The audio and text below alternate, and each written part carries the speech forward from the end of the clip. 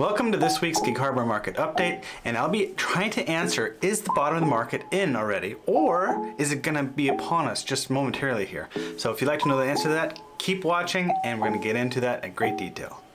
To understand where the housing market's going, we first have to understand the bigger picture. And the bigger picture involves the Fed and the game of chicken that is playing with the market. I mean, when I say the market, I mean the overall economy. Now, right now we've seen jobs growth, which has been phenomenal, considering that the Fed has been trying to tamper down growth by raising interest rates and keeping them high. But we haven't been seeing that.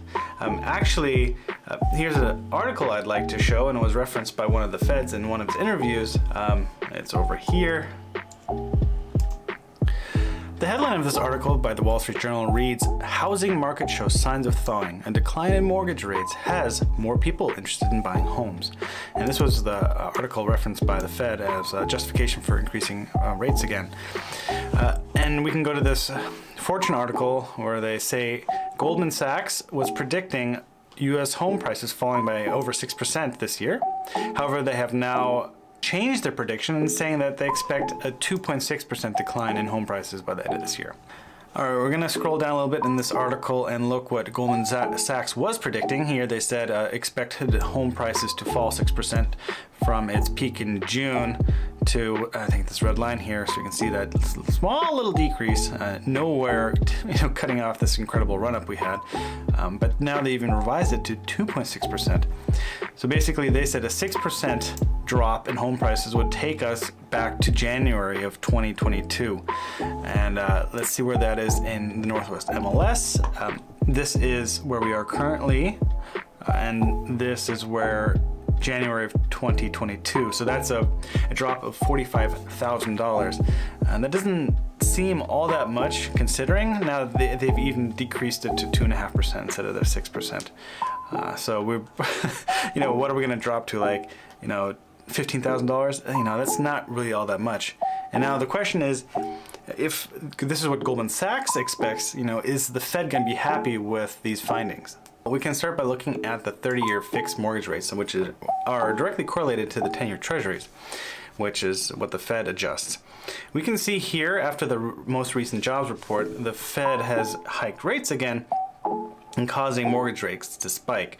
Now we got all the way down to 6%, and now we're at 6.5% again, but that's still down from what we had here in December and November, where we saw as high as 7%. And that's what Goldman Sachs says, hey, that high mortgage rate was probably the bottom of the market. Now, is that true? Now we can see the latest data. This is really up to date. I think the Wall Street Journal article has been referencing a little bit older data, and they've been extrapolating. They haven't quite seen this most recent bump yet here in mortgage rates. So they've been saying, oh, at the top of the mortgage rates was up here, and we're gonna be declining, as a lot of economists predicted, keeping a high 6s throughout the year, but them steadily coming down. However, as we can see that the Fed, let's go to the 10-year treasury real quick, has been ramping up the yield on the 10-year treasury. The 10-year treasury is correlated to mortgage rates, so when this goes up, mortgage rates go up. And we can see we actually reached a low here in February, at the end of January and start of February, but we're now getting back to where we were in December. We can see here we've almost reached the end of December levels here again. So I expect mortgage rates to continue to go up here as the Fed is trying to clamp down on the the confidence in the market, because we saw that jobs report that came out that kind of smashed expectations. And let me read this comment by Jerome Powell. He says that, so just to preface, the Fed's goal here is to combat inflation, and when the economy gets too hot and that's the technical term for it, is when there's too much inflation, of course that goes against the narrative that the Fed is saying that we need to fight inflation. Increasing interest rates is a strategy that the Fed uses, which is called monetary tightening. So we can see that we've been in a monetary tightening policy here since the start of February. And now we're back at rates that we saw all the way back in December. So the Fed is trying to push the lever again to ratchet down inflation here. And here, let me read this by Powell. And he said in his most recent interview, I think it was last Friday, he said he expects significant declines in inflation this year, and the U.S. economy was still in the beginnings of getting that down. To me, it sounds like the Fed says, okay, we've finally got a handle on things, but we've not even started yet. So that's kind of a bad news situation here for the market, as you know, the market's been saying, oh, this, you know, these yields mean nothing to us, we can do what we want in the market, and next bull run, baby. But I think the Fed is saying, no, it's too soon, guys. We might even cause a recession here on purpose because the economy is just running too hot. Now, as I said earlier in the video, that Jerome Powell was referencing the housing market as being one of the primary causes of inflation. But let's look at how the Fed has been currently dealing with the housing prices here. We're going to go to the Redfin Data Center here, and then we're going to look at all metro areas. So this is for the entire U.S. We're going to look at the median sales price here, and then specifically at this light blue line, which is where we currently are. Now, of course, this data is lagging. And we're down probably between 350 and 347. We're down about 1% so far, and that seems to be tracking these seasonal declines. Now it looks to be that we should be seeing a ramp up in median sales price here come middle of this month. And of course, this data is lagging, so we're actually close to the middle of this month. However, I don't really see the median sales price tick up yet. And a possibility that could happen is if the Fed keeps raising rates just enough to keep median sales prices flat. So can you imagine just bringing this line across here, and all of a sudden, let's say there was no decline in home prices. The median sale prices just stay the same. But when we compare to what would happen, let's say in May, we'd all of a sudden say, oh, 387 was our median sales price year over year. Let's say in May, so that's what, 4 months from now? Did I ever do that right? 3 months from now? Yeah, 3 months. All of a sudden we'd be looking at a 10% decline in housing prices year over year, just by prices remaining flat, which is kind of a weird thing to think about. We're declining home prices, but they're staying flat. Anyway, that is a possibility that interest rate hikes and monetary tightening can actually just flatten out home prices, and that would mean a decline in home prices. Now, of course, it's entirely up to the news and the media to interpret that data correctly, but let's start looking on a more nuanced perspective, because I know the media doesn't really like to do nuance. Let's look at one of the top, or the hottest markets recently, last year, and this is Boise, Idaho, and we can really see that median sales prices have started to decline substantially here. But when we, let's do something local here, let's do the Tacoma metro area, and we can see that home prices are actually up. So, you know, location is a huge determining factor of what's going to happen in your local housing markets. So it looks like in the Pacific Northwest, we're actually tracking up to see an increase in median sales price, whereas other parts of the country might see actually a decline. And this might even actually cause the national data to flatten. So one part of the country goes up, one part of the country goes down, causing a flattening. And of course the media might take this, run with it, and then tell us here in Tacoma that sales prices, or median sales prices, are down, when in fact they're not. Now, of course, the Fed is going to be looking at national figures, and by looking at national figures, so will the news. So if the news says, let's just say the prices remain flat nationwide, let's just go back to all metro areas. All metro areas. Let's just say prices remain flat nationwide. The news would run with a 10% decline in housing prices every year, and that might cause a shift in sentiment.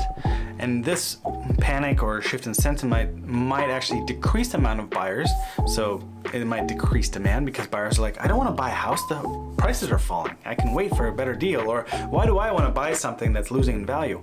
Or the mortgage issuers might say, you know, we don't feel comfortable issuing mortgages right now if what we're issuing mortgages on is actually declining in value.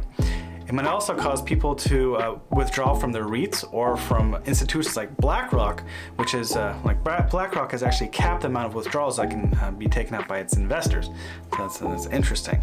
So when they try to liquidate their rental property, that might be additional supply coming on the market. And last thing is the builders are still trying to get their backlog of inventory out. You know, they're having a tough time selling their housing right now, and the ones that are coming online are going to have to compete with resale homes, right? So they're going to be having to decrease their prices even more. Now, speaking of inventory, let's look at what's been happening here in terms of supply. So let's go to the months of supply here, and holy smokes, look at this blue line.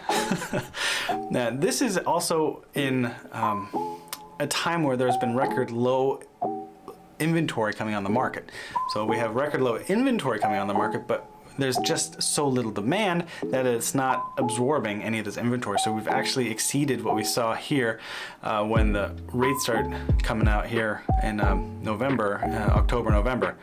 So we're already shot past these the highs of last year. And this drop that we saw here is because a lot of contracts expire. So people that have signed an agreement for an agent to say, okay, sell my house by year's end, that expires and the house, gets pulled off the market. So we're seeing, this should have kept going up really at the end of this year to keep track of what's been happening here. So let's look at what the number says here, where we are currently, well, let's say end of January. Here we see that our weeks of supply is 18.3, and that has almost doubled year over year. So we have twice as much supply as we had last year. And what does that mean? If we look at supply and demand correlation, when there's more supply than demand, prices should continue to fall. Now, I don't have a crystal ball, so it's difficult for me to predict, will this increase in inventory drop prices enough where the buyers do come in and start snatching up some deals, causing this inventory to flatline or even decrease, especially as the spring market gets going. And really, we're all looking at the Fed. Are they going to keep raising rates? And that might actually push off more buyers entering the spring market. Or are they going to soften up again and say, you know what, let's pause, or let's actually stop our rate hikes and let mortgage rates come back down. So that's going to be, the big question here moving forward in spring. Are we going to see a soft market, or are we going to see hopefully a more balanced market? Now, I promised you at the very beginning, we're going to ask ourselves, looking at this data, is the bottom of the market still coming, or have we gone through it already? All right, now to answer the question, has the bottom of the market already been reached, or are we going to reach it here come this year? Basically, these news articles have surmised that the bottom of the market was in December of last year. And they're forecasting that this year will just be a slow and sluggish market.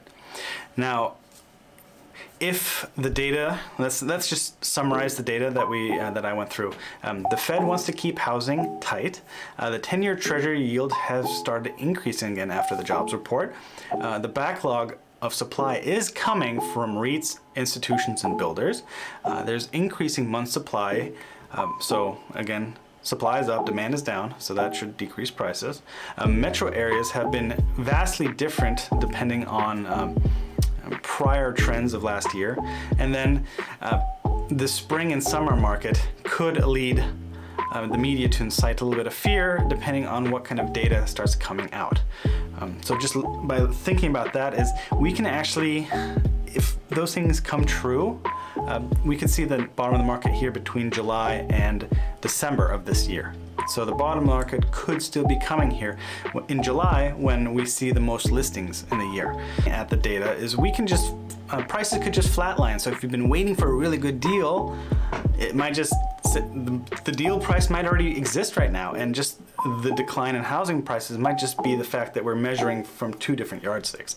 So it might just be prices flatline from here on out, and then everyone will say, the bottom was here, or no, the bottom was here. So I wouldn't wait to get a house. A lot of people are now thinking about, well, should I just buy now when there's really low competition, and I'll just refinance in the future because the Fed said they'll start decreasing rates as soon as they, when inflation, and Powell said inflation will be handled this year. So that's the strategy some people are employing. Some people got trapped through that in 2007, so just be careful on always make sure you can afford your. But if we look at the type of people that bought during this housing frenzy, they were all really highly qualified. So their credit ratings were phenomenal. They were 100 points higher than the previous cycle. They didn't get any ninja loans, the no income, no assets, and no pulse. No, that's not what it stands for. But anyway, basically when they were giving everybody loans. So we really had stringent lending protocols in place. So I don't see any crash in prices. I see prices declining slightly. Overall, in Tacoma, they might actually go up year over year, so that might be contrary to what people expect. They infer nationwide to impact local markets. That's not always the case, and I think it's just going to be a slow year, and we can see the bottom here this year.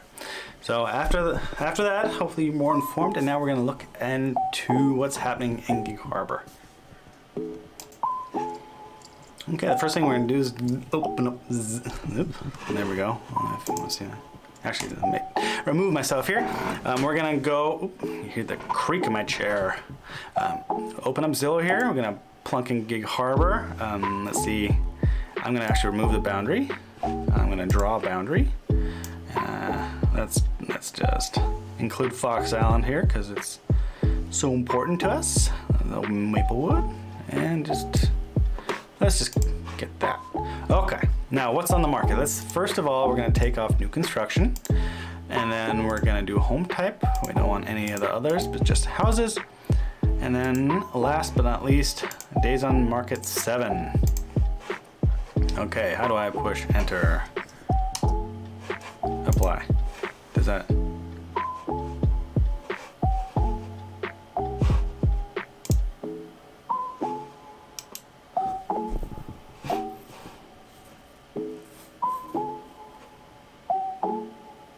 Okay, for some reason it doesn't show up. Anyway, here we can see what's on the market. We have 8 agent listings, and we can of course also put on what's been pending. Let's see, we had 2 houses, I believe. Yeah, 2 houses. Oh, 3 houses go pending. That one. Let's see, and then these 2. So those are 1.7. I think, did we look at these last week? Let's see. Okay, pending inspection. That seems expensive. 1.7. I think, did we look at that last week?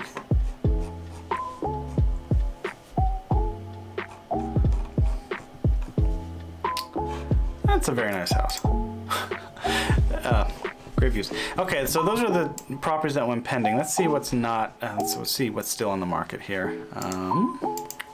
All right, we'll do the most expensive home. I'm gonna do high to low. We're gonna see. Oh, Canterwood, 1.6, 4 bed, 4 bath. Right on. Here we are, right on that. What was it? 8th hole, 8th fairway.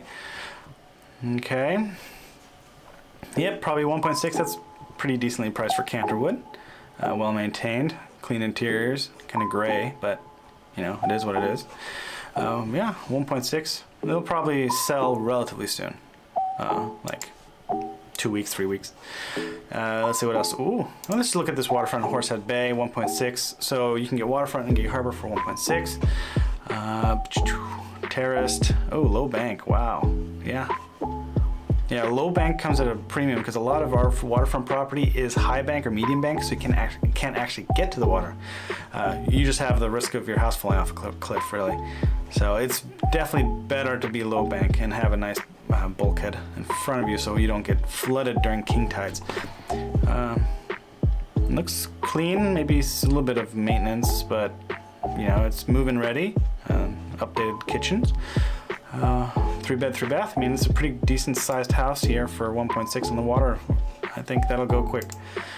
All right, let's look at our median priced house, which is, this one will also go quick. It's right in the 3 bed, 2 bath, 2,000 square feet. It's pretty close to downtown, to our harbor, right on Rosedale. So direct, you can just roll down the hill in your car and be downtown. I think this one will also fly off the shelf. Nice, decently sized yard, lots of garage space, 3 bed, 2 baths. That's usually the prime bedroom count, bathroom count that people are looking for, so that'll go quick. That's 710 in Gig Harbor. All right, let's do our lowest price house, which is out in Minterwood, which is Key Peninsula. This is the interesting bit, is like this is so far away from Gig Harbor, but it still has a Gig Harbor address, which is why I'm including this area of the North KP, because it is technically Gig Harbor, even though you're, you know, quite removed from it. I think it's a little high, 500 for being all the way out in Minterwood. It's basically, yeah, 1980, what, 3 bed, 2 bath, 1,100 square feet. That's pretty small. That is probably too expensive for out here. Is there anything exceptional about it? No, just nice decking, newer decking, manicured lawn. It looks like fake lawn, but it's real. Yeah, I mean, 500, I think it's just a little high, probably 450, I would imagine, out in Minterwood. Anyway, that's all that's on the market. Those are my thoughts. If you're interested in Gig Harbor, let me know. That's those are my takeaways. Any houses interest you, let me know and we can look at them. All right, with that said, that is this week's market update. If you see any houses that interest you that we just looked at, let me know. We can go look at them in person. Yeah, other than that, I wish you a good weekend, or whenever you watch this, maybe a good week. Let's just go with a good week. Until next week, see you next time.